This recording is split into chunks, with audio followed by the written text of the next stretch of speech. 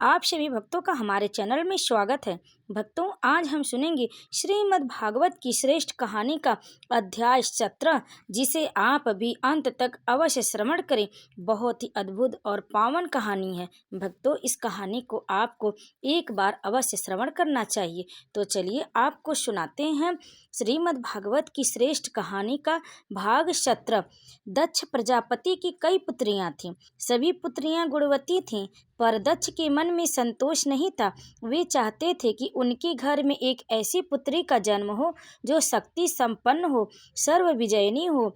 दक्ष एक ऐसी पुत्री के लिए तप करने लगे। तप करते करते अधिक दिन बीत गए तो भगवती आधा ने प्रकट होकर कहा, मैं तुम्हारे तप से प्रसन्न हूँ। मैं स्वयं पुत्री रूप में तुम्हारे यहाँ जन्म धारण करूँगी। मेरा नाम होगा सती। मैं सती के रूप में जन्म लेकर अपनी लीलाओं का विस्तार करूँगी। फलतः भगवती आधा ने सती रूप में दक्ष के यहाँ जन्म लिया। सती दक्ष की सभी पुत्रियों में अलौकिक थी। वह अतीव शक्ति संपन्न भी थी। उन्होंने बाल्यकाल में ही कई ऐसे अलौकिक कृत्य कर दिखाए थे जिन्हें देखकर स्वयं दक्ष को भी विस्मय की लहरों में डूब जाना पड़ा। जब सती विवाह योग्य हुई तो दक्ष को उनके लिए वर की चिंता हुई। उन्होंने ब्रह्मा जी से परामर्श किया। ब्रह्मा जी ने कहा, सती आधा का अवतार है, आधा आदि शक्ति और शिव आदि पुरुष है। अतः सती के विवाह के लिए शिव ही योग्य और उचित वर हैं। दक्ष ने ब्रह्मा जी की बात मानकर सती का विवाह भगवान शिव के साथ कर दिया। सती कैलाश में जाकर भगवान शिव के साथ रहने लगी। यद्यपि भगवान शिव दक्ष के जमाता थे, किंतु एक ऐसी घटना घटी जिसके कारण दक्ष के हृदय में भगवान शिव के प्रति बैर और विरोध पैदा हो गया। घटना इस प्रकार थी। एक बार ब्रह्मा जी ने धर्म के निरूपण के लिए एक सभा का आयोजन किया। सभी बड़ी बड़ी देवता सभा में एकत्र हुए। भगवान शिव भी एक ओर बैठे थे। सभा मंडल में दक्ष का आगमन हुआ। दक्ष के आगमन पर सभी देवता उठकर खड़े हो गए, पर भगवान शिव खड़े नहीं हुए। उन्होंने दक्ष को प्रणाम भी नहीं किया। फलतः दक्ष ने अपमान का अनुभव किया। केवल यही नहीं, उनके हृदय में भगवान शिव के प्रति ईर्ष्या की आग जल उठी। वे उनसे बदला लेने के लिए समय और अवसर की प्रतीक्षा करने लगे। भगवान शिव को किसी के मान और किसी के अपमान से क्या मतलब? वे तो समदर्शी हैं। उन्हें तो चारों ओर से अमृत ही अमृत दिखाई पड़ता है। जहाँ अमृत होता है वहाँ कड़वाहट और क्लेशपन का क्या काम? भगवान शिव कैलाश में दिन रात राम राम कहा करते थे। सती के मन में जिज्ञासा उत्पन्न हो उठी। उन्होंने अवसर पाकर भगवान शिव से प्रश्न किया, आप राम राम क्यों कहते हैं? राम कौन है? भगवान शिव ने उत्तर दिया, राम आदि पुरुष है, स्वयंभू है, मेरे आराध्य हैं, सगुण भी हैं, निर्गुण भी हैं। अयोध्या के नृपति दशरथ के पुत्र राम के रूप में उनका अवतार हुआ। सीता उनकी सहधर्मिणी है। किंतु सती के कंठ के नीचे बात उतरी नहीं। वे सोचने लगी, अयोध्या के नृपति दशरथ के पुत्र राम आदि पुरुष के अवतार कैसे हो सकते? वे तो आजकल अपनी पत्नी सीता के वियोग में दंडक वन में उन्मादों की भांति विचरण कर रहे हैं। वृक्ष और लताओं से उनका पता पूछते फिर रहे हैं। यदि वे आदि पुरुष के अवतार हैं तो क्या इस प्रकार आचरण करते? सती के मन में राम की परीक्षा लेने का विचार उत्पन्न हुआ। वे सीता का रूप धारण करके दंडक वन में जा पहुंची और राम के सामने प्रकट हुई। भगवान राम ने सती को सीता के रूप में देखकर कहा, माता, आप एकाकिनी यहाँ वन में कहाँ घूम रही हैं? बाबा विश्वनाथ कहाँ हैं?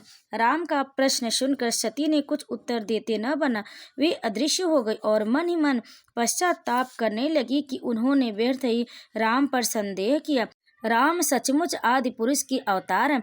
सती जब लौटकर कैलाश गईं तो भगवान शिव ने उन्हें देखते हुए कहा, सती, तुमने सीता के रूप में राम की परीक्षा लेकर अच्छा नहीं किया। सीता मेरी आराध्या है। अब तुम मेरी अर्धांगिनी कैसे रह सकती हो? इस जन्म में हम और तुम पति और पत्नी के रूप में नहीं मिल सकते। शिव जी का कथन सुनकर सती अत्यधिक दुखी हुई, पर अब क्या हो सकता था? शिव जी के मुख से निकली हुई बात असत्य कैसे हो सकती थी? शिव जी समाधिस्थ हो गए। सती दुख और पश्चाताप की लहरों में डूबने उतरने लगी। उन्हीं दिनों सती के पिता कनखल में बहुत बड़ा यज्ञ कर रहे थे। उन्होंने यज्ञ में सभी देवताओं और मुनियों को आमंत्रित किया था, किंतु शिव जी को आमंत्रित नहीं किया था, क्योंकि उनके मन में शिव जी के प्रति ईर्ष्या थी। सती को जब यह ज्ञात हुआ कि उनके पिता ने बहुत बड़े यज्ञ की रचना की है, तो उनका मन यज्ञ के समारोह में सम्मिलित होने के लिए बेचैन हो उठा। शिव जी समाधिस्थ थे, अतः वे शिव जी से अनुमति लिए बिना ही वीरभद्र के साथ अपने पिता के घर चली गए। कहीं कहीं सती के पितृगृह जाने की घटना का वर्णन एक दूसरे रूप में इस प्रकार मिलता है। एक बार सती और शिव कैलाश पर्वत पर बैठे हुए परस्पर वार्तालाप कर रहे थे। उसी समय आकाश मार्ग से कई विमान कनखल की ओर जाते हुए दिखाई पड़े। सती ने उन विमानों को देखकर भगवान शिव से पूछा, प्रभु, ये सभी विमान किसके हैं और कहाँ जा रहे हैं? भगवान शंकर ने उत्तर दिया, आपके पिता ने यज्ञ की रचना की। देवताओं और देवांगनाओं इन विमानों में बैठकर उसी यज्ञ में सम्मिलित होने के लिए जा रहे हैं। सती ने दूसरा प्रश्न किया, क्या मेरे पिता ने आपको यज्ञ में सम्मिलित होने के लिए नहीं बुलाया? भगवान शंकर ने उत्तर दिया, आपके पिता मुझसे बैर रखते, फिर वे मुझे क्यों बुलाने लगे?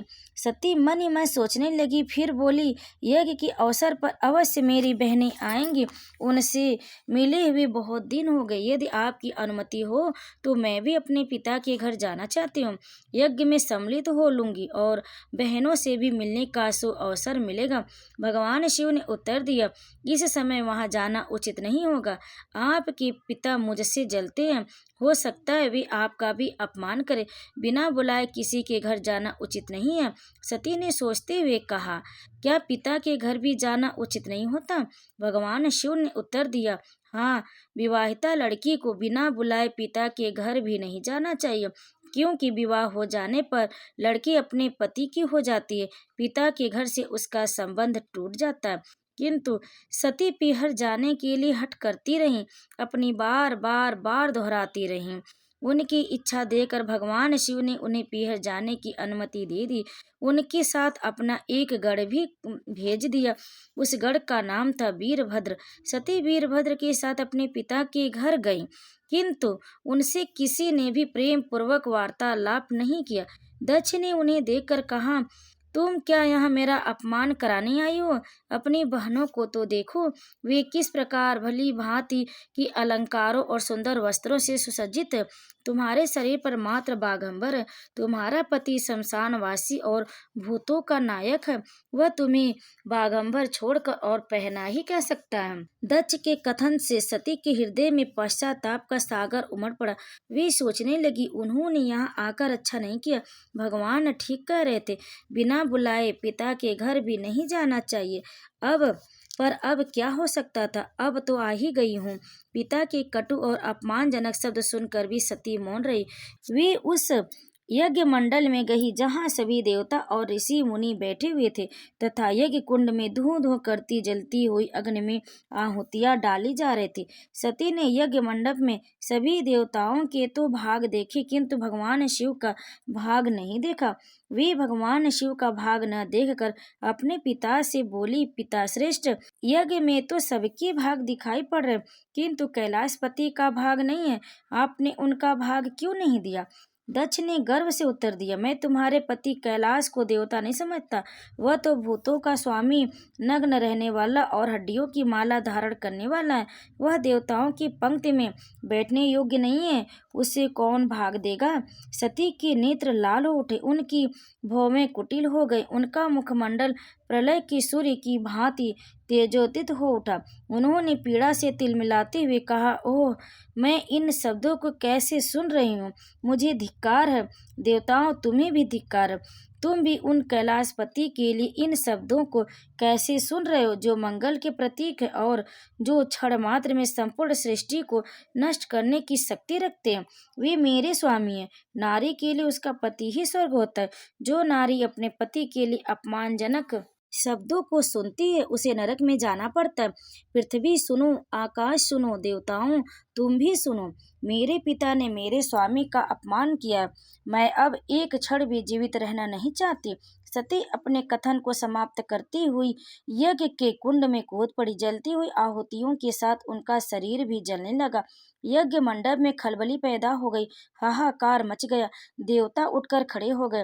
वीरभद्र क्रोध से कांप उठे। वे उछल उछल कर यज्ञ का विध्वंस करने लगे। यज्ञ मंडप में भगदड़ मच गई। देवता और ऋषि मुनि भाग खड़े हुए। वीरभद्र ने देखते ही देखते दक्ष का मस्तक काट कर फेंक दिया। समाचार भगवान शिव के कानों में भी पड़ी। वे प्रचंड आंधी की भांति कनखल जा पहुंचे। सती के जले हुए शरीर को देखकर भगवान शिव अपने आप को भूल गए। सती की प्रेम और उनकी भक्ति ने शंकर के मन को व्याकुल कर दिया। उन शंकर के मन को व्याकुल कर दिया जिन्होंने काम पर भी विजय प्राप्त की थी और जो सारी सृष्टि को नष्ट करने की क्षमता रखते थे। वे सती की प्रेम में खो गए, बेसुध हो गए। भगवान शिव ने उन्मत्त की भांति सती के जले हुए शरीर को कंधे पर रख लिया। वे सभी दिशाओं में भ्रमण करने लगे।